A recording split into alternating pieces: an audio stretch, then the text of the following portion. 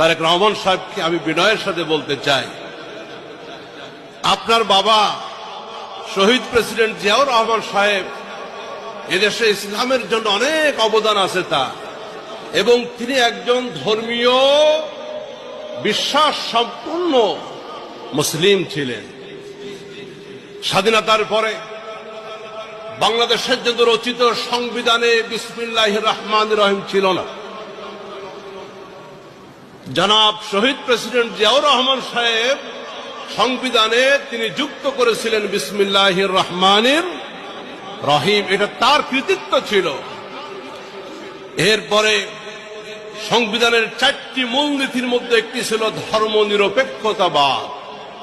ধর্মনিরপেক্ষতাবাদকে বিলুপ্ত করে দিয়ে তিনি আল্লাহর প্রতি বিশ্বাস এবং আস্থা, এই মূলনীতি সংবিধানে সংযোজন করেন। এটা শহীদ প্রেসিডেন্ট জিয়াউর রহমান